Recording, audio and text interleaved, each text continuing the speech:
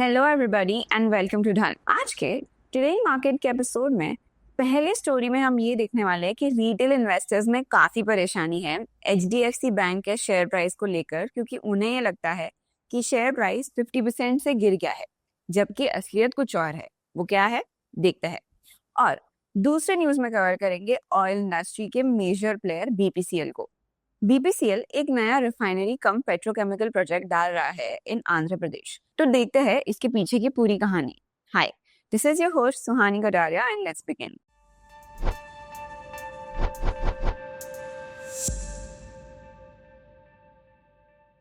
अब क्या हुआ है आज, दैट इज 26 अगस्त 2025। 26 अगस्त को एचडीएफसी बैंक के शेयर ने एकदम से 50 to 62% गिरता हुआ दिखाई दिया। एनएससी और बीएससी पे स्टॉक ओपन हुए लगभग 980 to 990 के आसपास आया, जबकि पहले का क्लोज था अराउंड 1964 to 2600। ये देखकर ही रिटेल इन्वेस्टर्स को लगा कि बैंक में कोई बड़ी प्रॉब्लम है। बट गिरावट का असली रीजन कुछ और है। ये गिरावट रियल नहीं है, बल्कि एक मैथमेटिकल एडजस्टमेंट है। एचडीएफसी बैंक ने अनाउंस किया है अपना पहला 1:1 बोनस। मतलब जितने भी शेयर्स आपके पास है उतने ही एक्स्ट्रा फ्री शेयर्स आपको मिलेंगे। अगर आपके पास 100 शेयर्स है at the rate of 2600 each, so the total value is 2,60,000। तो बोनस इशू के बाद आपके पास 200 शेयर्स हो जाएंगे at the rate of 1300 each. तो टोटल वैल्यू जो है वो वही रहेगी ऑफ 2,60,000। इसीलिए प्राइस हाफ हो गया है, पर आपकी वेल्थ और बैंक का मार्केट कैप बिल्कुल वही है और वो कम नहीं हुआ है। अब बोनस शेयर्स क्यों देते हैं? शेयर होल्डर्स को रिवॉर्ड करने के लिए, स्टॉक को ज्यादा अफोर्डेबल बनाने के लिए, ताकि लिक्विडिटी बढ़े और रिटेल इन्वेस्टर्स को एंट्री इजी हो। एक कॉन्फिडेंस सिग्नल भी है कि ये कंपनी अपने फ्यूचर अर्निंग्स पे भरोसा है। एंड एचडीएफसी बैंक जैसे बड़े लेंडर के लिए ये एक स्ट्रेटेजिक मूव है, ताकि स्टॉक एक्सेसिबल रहे हमेशा के लिए। अब रिकॉर्ड डेट क्या है और उसकी एलिजिबिलिटी क्या है? So the record date is 26 August 2025। T+1 settlement के हिसाब से जो लोगों के पास 25 अगस्त तक शेयर्स खरीद चुके थे वही एलिजिबल थे बोनस के लिए। बोनस शेयर्स जो है वो 18 सितंबर 2025 तक डीमैट में क्रेडिट हो जाएंगे, तो उसके बाद ही वो ट्रेडेबल होंगे। अब हिस्टोरिकल कॉन्टेक्स्ट देखते हैं। ये एचडीएफसी बैंक का पहला बोनस है इन 30 इयर्स ऑफ इट्स हिस्ट्री। पहले बैंक ने 2 बार स्टॉक स्प्लिट किया था। एक 2011 में जब 10 का फेस वैल्यू स्प्लिट किया था into 5 shares of 2 rupees each, और 2019 में जो 2 रुपीज का फेस वैल्यू स्प्लिट किया into 2 shares of 1 rupee each. अब इस बार उन्होंने डिविडेंड और बोनस दोनों का कॉम्बिनेशन दिया है। एचडीएफसी बैंक ने एक special dividend of 5 rupees per share जो प्री बोनस बेसिस पे मिलेगा वो भी अनाउंस किया था। मतलब शेयर होल्डर्स को बोनस के साथ साथ डिविडेंड का भी बेनिफिट मिलने वाला है। अगर फाइनेंशियल परफॉर्मेंस कॉन्टेक्स्ट में बात करते हैं तो बैंक ने बहुत स्ट्रॉन्ग Q1 ऑफ FY26 दिए थे। नेट प्रॉफिट है 18,155 crore, which is a 12% year on year rise. जो उसका नेट इंटरेस्ट इनकम है वो भी 31,438 करोड़ है, which is a 5% increase. Provisions भी 455% से बढ़े हैं। ग्रॉस एनपीए थोड़ा सा बढ़ा है, 1.4% है जो 1.33% था लास्ट ईयर। पर ध्यान रहे, शेयर प्राइस एडजस्टमेंट का इन रिजल्ट से कोई लेना देना नहीं था। अब अगर ब्रॉडर मार्केट कॉन्टेक्स्ट में बात करें तो इसी दिन करूर व्यासा बैंक का भी बोनस इशू हुआ है। 1:5 एक्स बोनस ट्रेडिंग शुरू हुआ। मतलब मार्केट में और भी बैंक्स बोनस एडजस्टमेंट से गुजरे हैं, इसलिए पैनिक की कोई भी जरूरत नहीं है। All and all the bottom line is HDFC bank का 62% गिरना सिर्फ बोनस इशू का टेक्निकल एडजस्टमेंट था, ना कि कोई फाइनेंशियल ट्रबल। इन्वेस्टर की वेल्थ सेफ है, मार्केट कैप भी सेफ है, और ये एक हिस्टोरिक पहला बोनस इशू है जो शेयर होल्डर्स को रिवॉर्ड करने के लिए और स्टॉक को ज्यादा एक्सेसिबल बनाने के लिए किया गया है। अब आते हैं आज के दूसरे न्यूज पे। बीपीसीएल का आंध्र प्रदेश मेगा रिफाइनरी कम पेट्रोकेमिकल प्रोजेक्ट के बारे में बात करते हैं। बीपीसीएल अपनी 50 इयर्स की जर्नी में एक बार फिर से एक नया चैप्टर लिख रहा है। कंपनी आंध्र प्रदेश के रमयापट्टनम पोर्ट के पास एक ग्रीन फील्ड रिफाइनरी कम पेट्रोकेमिकल कॉम्प्लेक्स सेटअप करने के लिए तैयार कर रहा है। ये प्रोजेक्ट अभी फीजिबिलिटी स्टडी स्टेज में है, लेकिन प्री प्रोजेक्ट ग्राउंड वर्क शुरू हो चुका है। इस रिफाइनरी की एनुअल कैपेसिटी 9 मिलियन टन होगी और इसका total estimate of investment value है लगभग 95,000 करोड़ का। ये प्रोजेक्ट इंडिया के लिए एक स्ट्रेटेजिकली बहुत इंपॉर्टेंट है। आज इंडिया की ऑयल कंजम्पशन लगभग 5.5 मिलियन बैरल्स पर डे है और ये 2030 तक इसमें 1 मिलियन बैरल पर डे का इंक्रीमेंटल ग्रोथ आने वाला है। ये ग्रोथ दुनिया में सबसे बड़ा है। इसी डिमांड को मीट करने के लिए बीपीसीएल अपना रिफाइनरी बेस को एक्सपैंड कर रहा है। साथ ही पेट्रोकेमिकल कैपेसिटी को भी बूस्ट किया जा रहा है क्योंकि पेट्रोकेमिकल्स फ्यूचर में एक स्ट्रॉन्ग रेवेन्यू हेज प्रोवाइड करेंगे जब ट्रेडिशनल फ्यूल डिमांड ईवीज और रिन्यूएबल की वजह से स्लो हो जाएगा। बीपीसीएल का ये प्रोजेक्ट उसके नए विजन प्रोजेक्ट एस्पायर के लिए एक की पिलर है। प्रोजेक्ट एस्पायर का फोकस है कोर बिजनेस को स्ट्रेंथन करना, जैसे रिफाइनिंग और मार्केटिंग, साथ ही पेट्रोकेमिकल और गैस डिस्ट्रीब्यूशन जैसे एडजेसेंट्स को एक्सपैंड करना और फ्यूचर के लिए रिन्यूएबल्स, हाइड्रोजन और बायोफ्यूल पर एग्रेसिवली काम करना। बीपीसीएल के सीएमडी संजय खन्ना ने इसी को डिस्क्राइब किया है as not just a project but a philosophy to shape the next 50 years. पिछले 50 सालों में बीपीसीएल काफी ग्रो हुआ है। एक रिफाइनरी के 3.8 मिलियन टन पर एनम से अब वो कंपनी के पास 3 रिफाइनरीज है जिनका कंबाइंड कैपेसिटी है 40.5 एमटीपीए। प्रोडक्ट सेल्स जो 3.6 मिलियन टन थे इन 1970s आज 52.4 मिलियन टन तक पहुंच गया है। इसके अलावा बीपीसीएल के दूसरे मेजर प्रोजेक्ट्स भी चल रहे हैं। मुंबई रिफाइनरी को 14,200 करोड़ की कॉस्ट पर अपग्रेड किया जा रहा है जिसमें एक नया petro resid fluidized catalytic cracking unit install होगा। बीना और कोची में 2 बड़े पेट्रोकेमिकल प्रोजेक्ट्स भी प्रोग्रेस पर है जिनका कंबाइंड इन्वेस्टमेंट है अराउंड 54,000 करोड़ का। ये सब एक्सपेंशंस बीपीसीएल को एक लीडिंग पेट्रोकेमिकल प्लेयर बनाएगा। बीपीसीएल की कमिटमेंट सिर्फ ऑयल और पेट्रोकेमिकल्स तक लिमिटेड नहीं है। कंपनी ने अपने लिए 2040 तक नेट जीरो का टारगेट भी रखा है। इसके लिए वो रिन्यूएबल एनर्जी में भी अग्रेसिवली इन्वेस्ट करना चाह रहा है। 2035 तक बीपीसीएल का प्लान है कि वो 10 गीगावाट का रिन्यूएबल पोर्टफोलियो क्रिएट करे, जबकि अभी के लिए उनके पास 155 मेगावाट सोलर और विंड कैपेसिटी है। प्रयागराज में 71 मेगावाट का सोलर प्रोजेक्ट और मध्य प्रदेश और महाराष्ट्र में 50 मेगावाट का विंड फार्म्स डेवलप हो रहे हैं।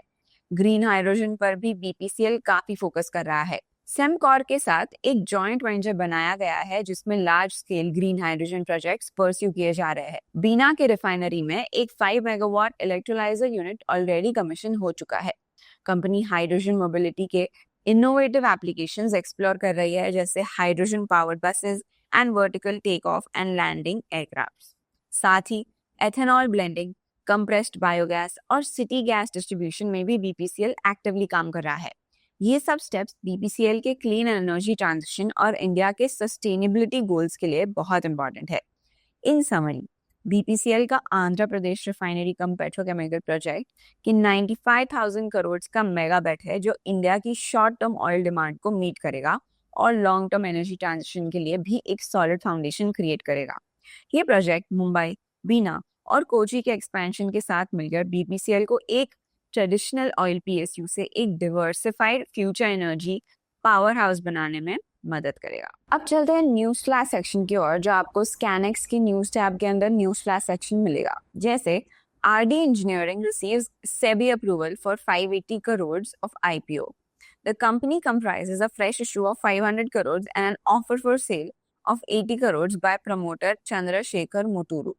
The company plans to use 279 crores for setting up 2 manufacturing facilities in Telangana and the remaining 65 crores for debt repayment. उसके बाद है SpiceJet launches paperless boarding at Shillong Airport with expansion plans. SpiceJet has introduced paperless boarding services at Shillong Airport, and the airline plans to expand its digital boarding initiative to other airports. तो ऐसे ही quick news के update के लिए आप भी हमारे feature और ज़्यादा एक्सप्लोर कर सकते हो। अब चलते हैं इनसाइट्स टैब पे और देखते हैं आज का heat map, where you can see कि आज सेंसेक्स का एक्सपायरी था एंड उसके वजह से आज काफ़ी हिट लिया है और उसका और एक रीज़न है और वो है कि ट्रम्प ने कल ही अनाउंस किया कि वो इंडिया पे 27 अगस्त से 50% टैरिफ डालने वाला है, जिसकी वजह से हम देख सकते हैं कि काफ़ी मार्केट आज गिरा है। which we'll look in some time. But तब तक के लिए let's look at the top gainers and losers for today, जिसमें हम देख सकते हैं कि आज सिर्फ losers ही है. तो जैसे हम देख सकते हैं आज Sun Pharmaceuticals is down by 3.4%. Bajaj Finance is down by 2.73%. Tata Steel is down by 2.88%. Axis Bank is down by 1.86%. NTPC is down by 1.38%. Titan is down by 1.57%. L&T is down by 1.72%. ICICI Bank is down by 1.16%. Reliance is down by 1.96%. So these have been the top losers for today. ये जो HDFC bank का दिख रहा है वो अभी हमने news में कवर किया. उसके बाद अगर आज के टॉप गेनर्स की बात करते हैं तो आज का टॉप गेनर जो है वो है Eicher Motors, which is up by 2.68%. Hindustan Unilever is up by 2.32%. Maruti Suzuki is up by 1.81%. Nestle is up by 0.8%. TCS is up by 0.53% and ITC is up by 1%. So these have been the top gainers for today. अगर FIDI data की बात करें तो as of 25th August 2025, FI ने selling की है of 2,466 crores, whereas DI ने buying की है of 3,176 crores. उसके बाद अगर MTF इनसाइट्स पे आते हैं तो as of August 22nd, 2025, the industry MTF book stands at 92,933 crores, जिसमें 5,969 करोड़ पोजीशंस ऐड हुए हैं and 5,005 करोड़ पोजीशंस लिक्विडेट हुए. So the net book addition is of 964 crores. उसके बाद अगर आज के टॉप डिलीवरीज की बात करें तो आज की टॉप 5 डिलीवरीज है axis bank, NTPC, Infosys, HDFC Bank and Hindalco Industry, which range from 77% to 72%.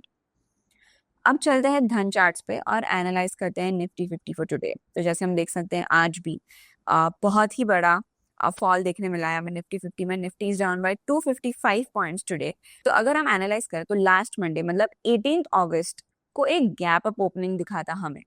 उस बीच में जो गैप था, आज उस कैंडल ने उस गैप को पूरा ऑलमोस्ट पूरा सिर्फ 20 पॉइंट्स बचे पूरा गैप को फिल कर दिया है.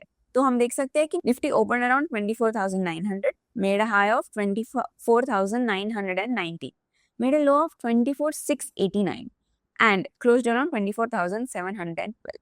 अगर हम ये गैप देखते हैं तो ये गैप का जो हाई था वो था 24,673, मतलब यहाँ तक वो गैप फिल होने वाली थी और हमने ऑलमोस्ट जो लो लगाया है आज वो है 24,689 का.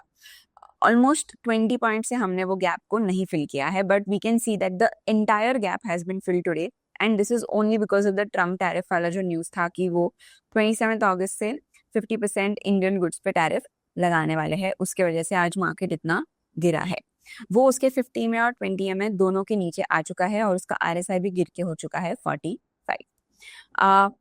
अब सेंसेक्स पे जाते हैं. सेंसेक्स आज 850 पॉइंट्स से नीचे है. आज सेंसेक्स का एक्सपायरी भी था एंड हम फिर से सेम देख सकते हैं कि जो गैप था सेंसेक्स में भी वो भी सेंसेक्स ने पूरा फिल कर दिया है. आज की कैंडल ने वो पूरा फिल कर दिया है. Sensex open around 81,377, made a high of 81,450, made a low of 80,685 and closed around 80,784. ये फिर से उसके 50 MA और 20 MA के नीचे बंद हुआ है और उसका RSI भी गिर के हो चुका है 44.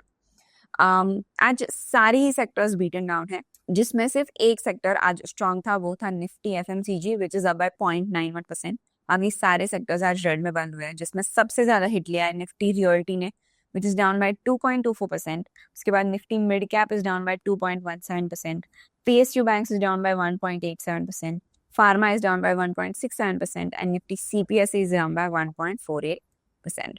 और as of 28th August 2025, Nifty का, फिन निफ्टी का एंड बैंक निफ्टी का मंथली एक्सपायरी है. That's it for today. I'll see you on Thursday. तो आपको क्या लगता है, क्या इंडिया का ऑयल सिक्योर है? बिकॉज हमने पिछले कुछ एपिसोड्स में देखा था कि इंडिया को अंडमान में भी कुछ ऑयल रिजर्व्स मिले हैं. तो what do you think about it? Tell us in the comments below. Till then, like, share and subscribe and stay curious and stay updated, and wishing you all a very happy Ganesh Chaturthi. Investments in the securities market are subject to market risk. Read all the related documents carefully before investing.